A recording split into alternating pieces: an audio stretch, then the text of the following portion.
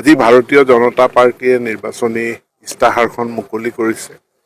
8টা মুখ্যমন্ত্ৰীৰ 8টা গ্যাৰাণ্টি আৰু আমাৰ 25টা প্ৰতিশ্ৰুতি এখন শান্তিপূৰ্ণ, সুৰক্ষিত আৰু বিকশিত BTC গঠন কৰাৰ কাৰণে এই নিৰ্বাচনত আমি অৱতীৰ্ণ হৈছোঁ। আজি মই এই শুক্লাই চেৰফাং সমষ্টিত আহোঁ।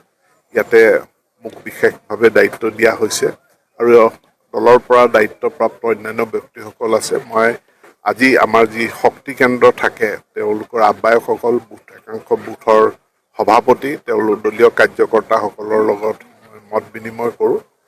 অহা 16 তাৰিখে মাননীয় মুখ্যমন্ত্ৰী আহিব এই সমষ্টিলৈ, এখন বৃহৎ ৰাজহুৱা সভাত অংশগ্ৰহণ কৰিব। সেইখনৰ প্ৰস্তুতিৰ কাৰণেও সকলোৱে উঠি পৰি লাগিছে আৰু বৃহৎ সংখ্যক ভোটৰ ব্যৱধানত মই ভাবোঁ যে আজি কাৰ্যকৰ্তাসকলৰ লগত কথা পাতি এইটোৱেই লাগে যে তেওঁলোক আত্মবিশ্বাসী আৰু এইটো ইলেকশ্যনত এই সমষ্টিত, শুক্লাই চেৰফাং সমষ্টিত আমি জয়লাভ কৰিম বুলি মোৰ বিশ্বাস। বিজেপিয়ে একক সংখ্যাগৰিষ্ঠতা পালেও আপোনালোক আচৰিত নহ'ব। বিজেপিয়ে একক সংখ্যাগৰিষ্ঠতা পালেও আচৰিত নহ'ব, কাৰণ এতিয়া আমি আৰম্ভণিতে আমি ভাবিছিলোঁ যে এইটো নহ'ব নেকি, কিন্তু ৰাইজৰ ইমান বিপুল উৎসাহ উদ্দীপনা, যোৱাকালি গুৰেশ্বৰত যি মিটিং হৈছে, আশা কৰাতকৈ বহুত বেছি মানুহ ইয়াত অংশগ্ৰহণ কৰিছে আৰু সেই অংশগ্ৰহণ এইটো নিশ্চিত কৰিছে যে বিজেপিৰ কাৰণে BTCৰ নিৰ্বাচন খুব আশাব্যঞ্জক। একক সংখ্যাগৰিষ্ঠতা লাভ কৰি বিজেপি UPPL আৰু BPF চৰকাৰৰ অংশীদাৰী হিচাপে লোৱাৰ সম্ভাৱনা আছে। এইটো ঊৰ্ধ্বতন কৰ্তৃপক্ষই, কাৰণ আজিও UPPL আমাৰ লগত বিধানসভাত বা লোকসভাত তেওঁলোক আমাৰ মিত্ৰ দল হিচাপে আছে আৰু BPFও আমাৰ বিৰুদ্ধে তেওঁলোকে কোনো আজি ইণ্ডি হওক বা কংগ্ৰেছৰ লগত তেওঁলোকে সহযোগিতা কৰা নাই। কিন্তু এই সম্পৰ্কে মই কোনো মতামত দিব নোৱাৰোঁ। সেইটো পোষ্ট ইলেকশ্যন নিৰ্বাচনৰ পাছত দলৰ যি শীৰ্ষ নেতৃত্ব আছে তেওঁলোকে সিদ্ধান্ত গ্ৰহণ কৰিব।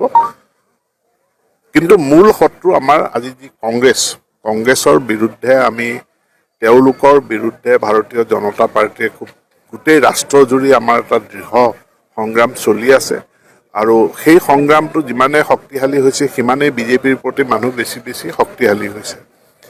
ডেভেলপমেণ্ট এইখন চৰকাৰৰ দিনত মানে অভূতপূৰ্ব শীৰ্ষতা পাইছে আৰু এই ডেভেলপমেণ্টৰ ইছ্যুটো BTCৰ কাৰণে খুবেই গুৰুত্বপূৰ্ণ, কাৰণ আমাৰ ইতিহাসৰ এটা দীৰ্ঘ সময় ধৰি পেলাই BTC এক উপেক্ষিত অঞ্চল আছে।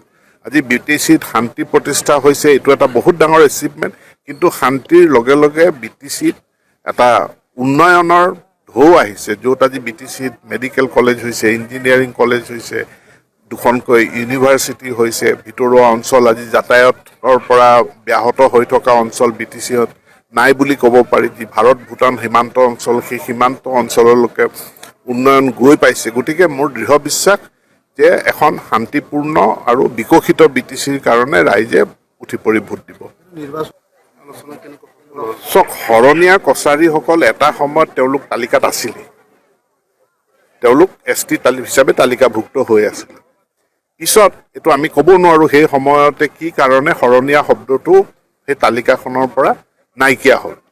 হয়তো সেই সময়ত চৰকাৰৰ ধাৰণা হৈ গ'ল যে সোণোৱাল কছাৰীসকল শৰণীয়া কছাৰী আৰু সোণোৱাল কছাৰীসকল একে, সেইটো এটা কাৰণ হ'ব পাৰে।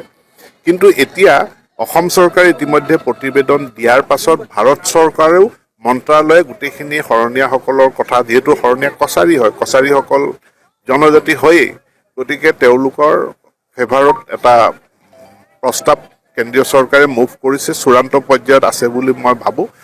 খবৰ পাইছোঁ মাননীয় মুখ্যমন্ত্ৰীও এই ক্ষেত্ৰত নেতৃত্ব বহন কৰিছে। গতিকে শৰণীয়া কছাৰীৰ সমস্যাটো এই BTC ইলেকশ্যনৰ পাছতে ইয়াৰ সমাধান হ'ব। কোনো মই খবৰ পোৱা নাই। এজন হিন্দু মানুহ এই মাটিত যিসকল 2014 চনৰ আগত আহিছে আৰু ইয়াত যিসকল মানুহ ভোটাৰ বুলি ক'ৰবাত ওলাইছে, সেই মানুহবিলাক অতি পুৰণি মানুহ, গতিকে তেওঁলোক কোনো ডাউটফুল চিটিজেন হ'বই নোৱাৰে।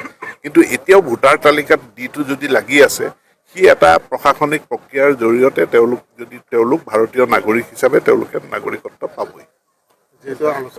ইতিবাচক আজিৰ তাৰিখত অসমত গোৰ্খা বা হিন্দু বেংগলীসকলৰ কোনো সমস্যা নাই।